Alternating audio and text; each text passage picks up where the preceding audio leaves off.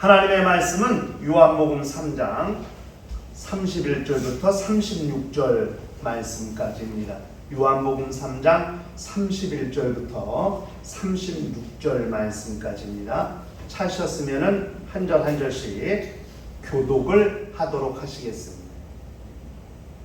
위로부터 오시는 이는 만물 위에 계시고 땅에서 난 이는 땅에 속하여 땅에 속한 것을 말하느니라. 하늘로부터 오시는 이는 만물 위에 계시나니 그가 친히 보고 들은 것을 증언하되 그의 증언을 받은 자가 없도다.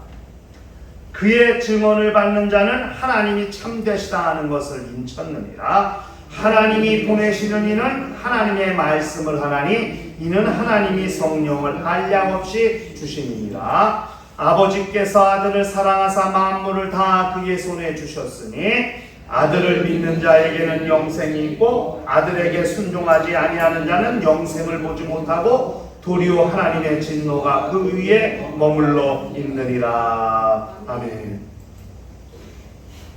요한복음 16번째 시간인데 미리 제가 좀 말씀을 드리고 설교를 할게요. 오늘 내용이 조금 어려울 수 있습니다. 그런데 잘 들으셔야 됩니다. 우리 신앙생활의 기초, 뿌리를 튼튼하게 하는 아주 중요한 내용이라고 여기셔서 말씀을 꼭꼭 씹어 제가 최대한 아주 쉽게 여러분들에게 본문 내용을 해석해서 말씀드릴 테니까 건넘지 마시고 다른 생각하지 마시고 꼭 집중해서 말씀을 들으시기를 바랍니다. 우리 신앙생활은 예수님에 대해서 구체적으로 알아가는 삶을 말하는 것입니다. 예수를 믿기 전에는 예수에 대해서 고작 세계 4대 성인 중 하나라고 알았어요. 세계 4대 성인이 누구예요? 예수, 석가모니, 공자, 그 다음에 소크라테스라고 그러거든요, 보통. 근데 소크라테스 대신 마호메트, 이슬람교를 창시한 마호메트를 넣기도 해요. 세계 인류 역사상 가장 큰 영향을 끼쳤다고 하는 4명 4대 성인 중에 하나라고 그렇게 예수에 대해서 학교에서 배웁니다. 도덕 시간이나 윤리 시간이나 그렇게 배웁니다. 그래서 그것이 우리의 지식이 되어 있습니다. 예수에 관한 가장 최초의 지식은, 세상에서 듣는 지식은 예수는 세계 4대 성인 중에 하나다. 조금 더 나아가면 기독교의 창시자라. 이렇게 알게 되는 거거든요. 그리고 조금 더 발전하면 종교적으로 예수를 선지자, 위대한 선지자 중 하나라고 이렇게 보는 겁니다. 그런데 기독교 신앙을 접한 다음에는 예수를 내 구세주라고 알게 되는 거거든요. 그런데 그게 과연 끝일까요? 예수를 구세주로 안다는 그것이 예수에 대해서 정말 다한 것일까요? 잘 우리가 생각해 볼 필요가 있습니다. 예수가 우리의 구세주가 되시기 위해서 그가 어디서부터 출발해서 우리의 구세주가 되시는 분이신가를 아는 것이 매우 중요하거든요. 왜냐? 예수를 구세주로 안다면 예수의 신성보다는 인성에 많이 치우쳐 있어서 예수를 사람으로 그렇게 생각하게 되거든요.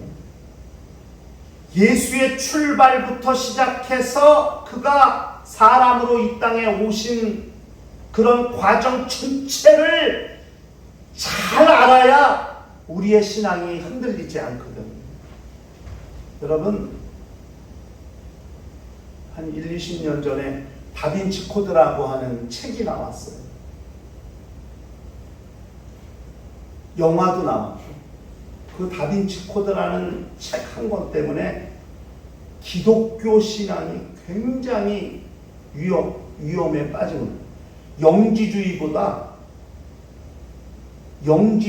도케티즘, 가연설 같은 이단 사상보다 다빈치 코드라고 하는 이 책 한 권이 기독교 신앙을 흔든 것은 뭐 그 영향력은 이루 말할 수 없었습니다. 왜냐하면 BBC 출신의 기자가 작가로서 글을 쓰면서 그걸 다 조사하면서 다녔다고 말을 했기 때문에, 문헌을 조사하고 고고학 자료를 조사하고 엄청 객관적이고 엄청 과학적이라고 보는 책을 읽고 영화를 본 사람들마다 다 그렇게 여기게 되었기 때문에 정말 기독교 신앙이 엄청 위험에 처한 적이 있었어요. 그 책의 내용은 예수가 사람이라는 겁니다. 레오나르도 다빈치라고 하는 사람이 최후의 만찬이라는 성화를 그렸어요. 거기에 코드가 있다는 겁니다. 다빈치가 만든 작품에 다 코드가 숨어 있다는 겁니다. 근데 그 최후의 만찬 그림을 보면은, 제가 오늘 안 올렸는데, 그림을 보면 예수 옆에 예수에게 이렇게 어깨에 기대고 있는 사람이 있어요. 그걸 다 보통은 사도 요한이라고 그래요. 그런데 그 그림을 예수 왼쪽으로 옮겨 놓으면 예수와 그 사이에 이렇게 V자 모양이 되거든요. 공간이 생기니까, 이렇게 했으니까. 그게 코드라고 하는 겁니다. 그 V자가. 그거를 성배라고 말하는 사람이 있는데, 다른 말로 그게 여자의 자궁이라고 해서 예수와 그 사도 요한이 꼭 여자같이 그려놨어요. 그 여자라는 거예요. 막달라 마리아라는 거예요. 그래서 예수와 막달라 마리아 사이에 아이가 태어났다는 거예요. 그걸 역사적으로 추적해가지고 스위스 어떤 마을에 그 후손이 있다는 것까지 엄청 과학적으로 밝혀냈어요. 십자군 전쟁이 일어난 이후 왜 그런 십자군 전쟁이 그 후손을 다 멸하려고 십자군 전쟁을 일으켰고, 뭐 별별 이야기를 역사적으로 중세 역사를 그것과 빗대서 다 써놨어요. 책에. 충격이에요. 충격. 저도 읽어봤어요. 그 책을. 집요합디다. 기독교 신앙이 막 다 흔들린 거예요.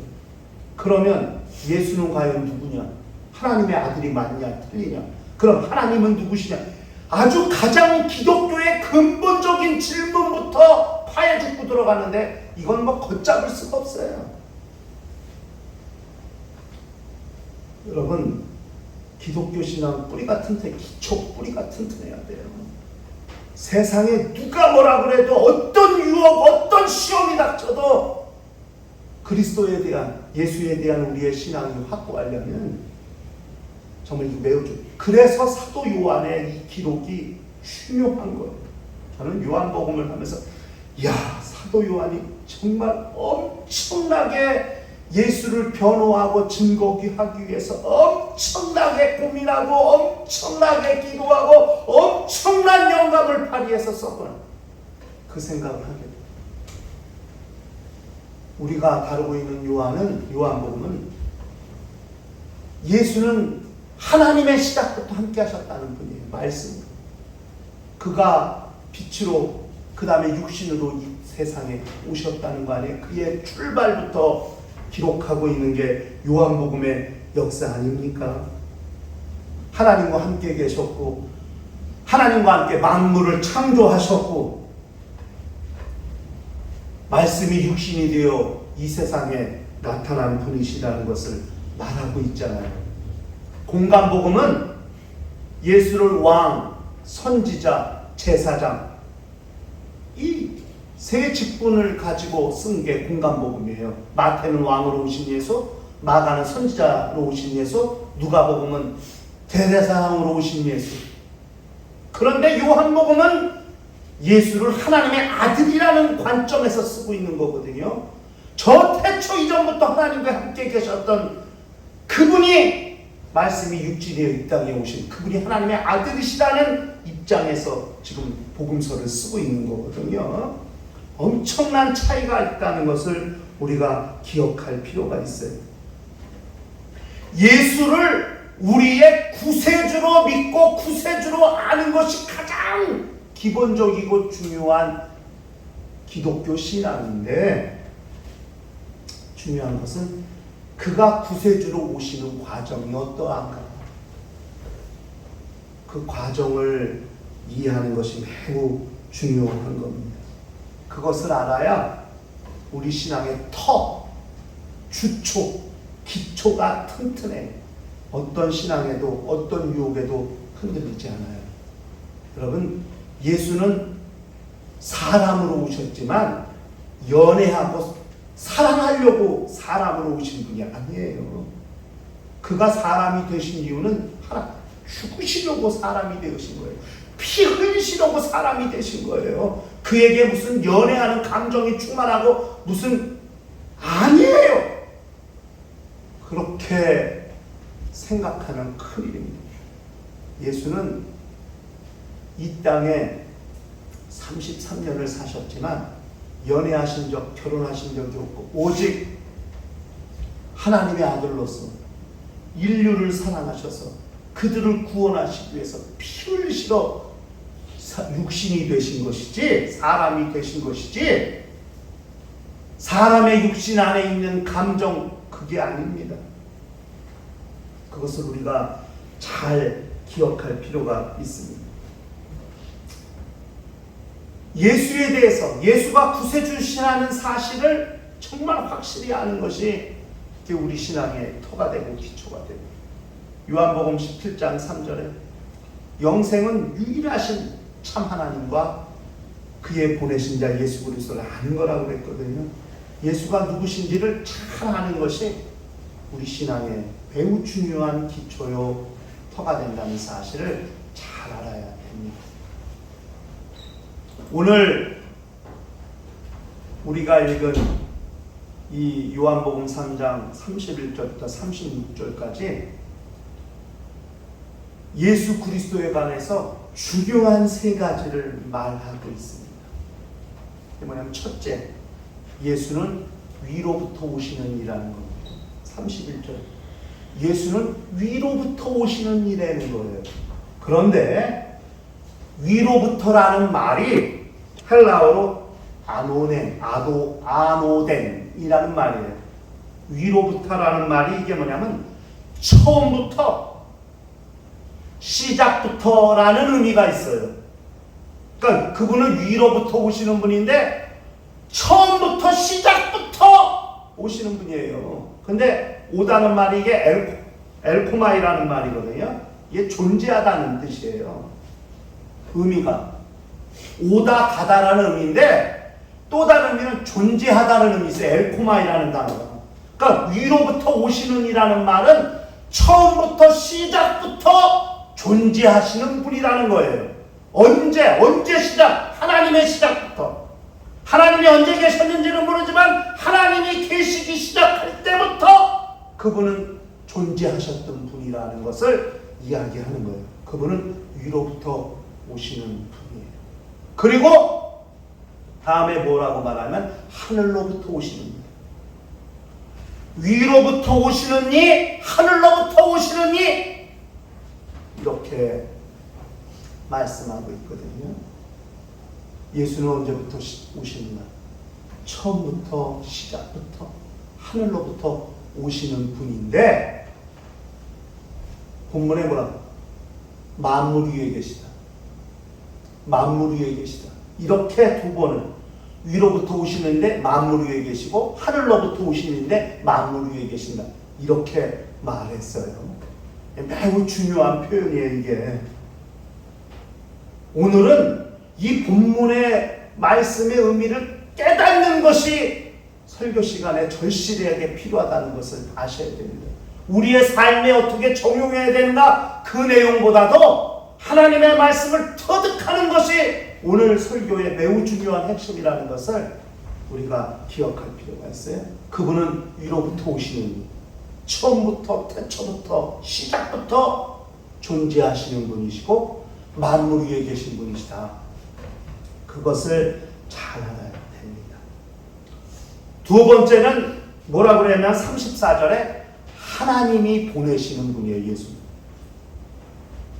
보세요. 위로부터 오시는 이, 그 다음에 하나님이 보내시는 이, 이렇게 말하고 있습니다. 위로부터 오시는 이, 곧 처음부터 시작부터 존재하시는 분이라고 소개한 다음에 하늘로부터 오시는 이라고 그렇게 말씀하고 있습니다. 그분이 스스로 오신 게 아니에요. 보내신 분이 계세요. 예수를 사람으로 보내신 분이 계세요. 하나님이 보내신 분이라는 것을 말하는 거죠. 아까 위로부터 오시는 이, 하늘로부터 오시는 만물 위에 계시다고 그랬잖아요. 예수는 만물이 있은 다음에 계신 분이 아니에요. 만물보다 먼저 계신 분이시죠. 이게 중요한 관점이에요. 이게 예수는 만물보다 먼저 계신 분이라는 것을 아는 것이 매우 필요해요.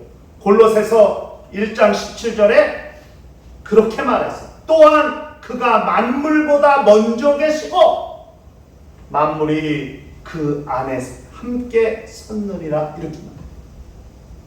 예수는 만물보다 먼저 계시고 만물이 그에게서 시작되었다는 사실을 잘 알아야 됩니다. 그래서 로마서 11장 36절에 이는 만물이 주에게서 나오고 주로 말미암고 주에게로 돌아감이라 영광이 그에게 세세에 있으리로다. 만물이 그로부터 시작된 거예요. 그로부터 나온 거예요. 예수는 만물보다 먼저 계신 분, 만물이 그로부터 나왔다는 사실을 우리가 기억해야 됩니다. 이거 매우 중요한 내용입니다. 그리고 그를 보내신 분이죠. 예수는 만물이 있은 다음에 계신 분이 아니에요.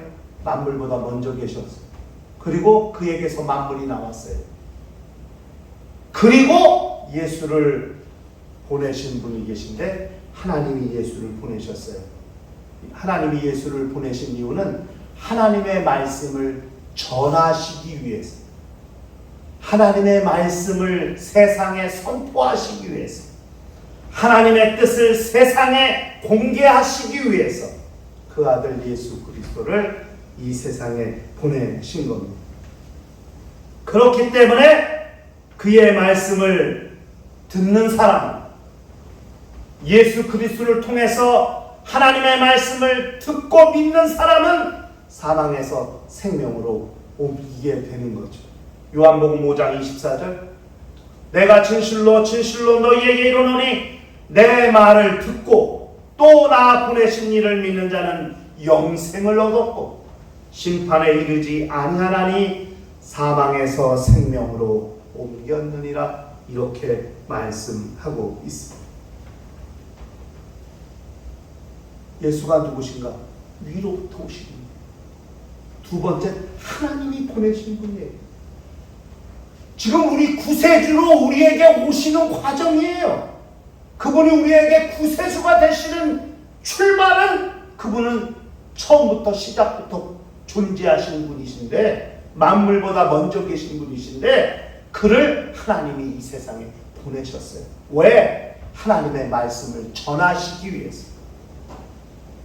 그리고 그 말씀을 듣고 믿는 자마다 영생을 얻게 되고 사망에서 생명으로 옮기게 된다고 주님은 그렇게 말씀하셨습니다. 예수가 누구신가? 요한복음 1장에서는 태초에 하나님과 함께 계신 말씀을, 그리고 그 말씀이 피조계의 빛으로, 그리고 물질계의 사람으로 그렇게 오셨고 그가 우리 가운데 거하시니 아버지의 독생자 영광이요 은혜와 같이 네가 충만하다 했어. 아무도 안 믿어. 깨닫지도 않아. 빛이 어둠에 빛이 되어 어둠이 깨닫지 못하다고 그랬거든. 알지 못해. 그러니까 그 당시 가장 영적 지도자였던 침례 요한의 입을 통해서 예수가 하나님이 보내셨다는 사실을 증거하고 있어요. 그렇죠? 그리고 그가 제자들을 부르셨고 요한에게 침례를 받으셨고 그리고 요한복음 3장에서 다시 한번 예수가 누구신가를 설명하고 있는 거예요. 그는 위로부터 오신 분, 두 번째 하나님이 보내신 분. 그렇게 증거하고 있습니다. 그리고 세 번째 위로부터 오셨고 하나님이 보내신 그분이 누구냐? 하나님의 아들이시에요. 예수는 하나님의 아들이시라고 35절, 36절에 말씀하고 있습니다. 하나님이 그 아들에게 만물을 다 맡기셨다는 거예요. 예수는 위로부터 오시는 분이시고 예수는 하나님이 보내신 분이시고 예수는 하나님의 아들이시다. 하나님께서 그 아들을 사랑하사 만물을 다 그에게 주셨으니 요한복음 3장 16절 누구든지 그를 믿는 자마다 멸망치 않고 영생을 얻게 하려 하시며 하나님이 그 아들을 세상에 보내신 것은 세상을 심판하려 하시니 아니요 그로 말미암아 세상이 구원을 받게 하려 하심이니라. 그렇구나.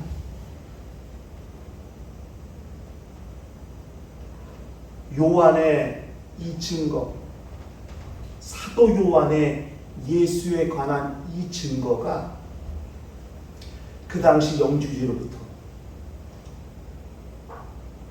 가연설 도케티즘으로부터 그리스도 기독교 신앙을 지키는 가장 중요한 역할을 하게 되는 거거든요. 영지주의는 가연설은 육체를 악하다고 봤기 때문에 어떻게 하나님의 아들이 그 악한 육체를 입고 올 수 있냐. 그래서 하나님의 아들이 육신으로 오신 것을 부정했어요. 그러니까 어떻게 되냐. 현현한 거라는 거예요. 환상처럼 잠깐 육체로 현현했다가 가신 거예요. 그러면 잠깐 육체로 현현하신 분은 어떻게 죽은 거예요? 어떻게 피를 흘리신 거예요? 그럼 피도 다 현현이네. 가짜네. 실상이 아니네. 환상처럼 그냥 눈으로만 빨간 피 흘리시는 것만 그냥 TV 영상처럼 보여지는 것이네요. 무슨 의미야? 그래서 사도 요한이 요한서신에서 하나님의 아들이 육신으로 오신 것을 부정하는 자마다 적그리스도니 그렇게 얘기해요. 예수가 누구십니까? 처음부터 시작부터 존재하십니다. 하나님은 그 아들을 이 세상에 보내주셨어요. 어떻게? 그 말씀이 빛을, 그 다음에 그 빛이 육신으로 이 땅에 나타나게 하셨어요. 그리고 사망이 지배하고 이 세상 임금이 지배하는 이 세상에, 어둠이 관영한 이 세상에 하나님의 말씀을 선포하심으로 그 말씀이 빛이 되게 하셔서 이 어두운 세상에 빛을 비추듯 하나님의 말씀을 선포하게 하셨고, 그 선포된 하나님의 말씀을 듣고 믿는 자마다 그 빛을 얻게 되고 마침내 영생을 얻게 되고 하나님의 자녀가 되고 마침내 영생을 얻게 되는 그 역사를 이루시게 하셨다는 것을 사도 요한이 강력하게 주장하고 있습니다. 이 사도 요한의 영감은 이 세상과 우주를 넘어 저 영원한 하늘을 넘어 하나님의 태초까지 바라보는 영감이에요. 사도 요한의 영감, 어마어마한 영감이죠. 우리가 그것을 잘 기억할 필요가 있습니다. 하나님의 아들이 구세주가 되시는 과정이 이래요. 위로부터 하나님이 보내셔서 마침내 하나님의 아들로 이 땅에 오셔서 그가 이처럼 이 세상을 사랑하사 독생자를 주셨다고 말씀하시더니 독생자는 기꺼이 자기 몸을 내어주시고 피 흘리셔서 그렇게 모든 인류의 죄를 사해 주시고 인류의 영혼을 구원하셨다는 것을 우리가 기억할 필요가 있고 일평생 그 믿음이 변치 않아야 한다는 사실을 우리가 기억할 필요가 있는 거죠. 어떤 유혹이 와도 이 사실은 변치 않는 진실이에요. 이 세상 살 때 기독교 신앙에 대한 엄청난 유혹이 올 수 있어요. 네? 그럴 때 우리의 믿음을 버티고 우리의 신앙을 견디게 할 수 있는 거룩한 역사가 바로 이러한 신앙의 주초와 터가 되는 말씀이라는 사실을 기억하면서 우리의 영적 생활을 이어갈 필요가 있는 거죠. 누가 뭐래도 예수는 하나님과 함께 처음부터 계신 분이에요. 그리고 그 예수는 하나님이 이 세상에 보내주신 분이시고 이 세상에 하나님의 아들로 이 땅에 오셔서 자기의 목숨을 많은 사람의 대성물로 내어주셔서 그를 믿는 자마다 멸망치 않고 영생을 얻게 하셨고 하나님의 자녀가 되게 하셨다는 사실을 그것을 우리는 기억할 필요가 있는 겁니다.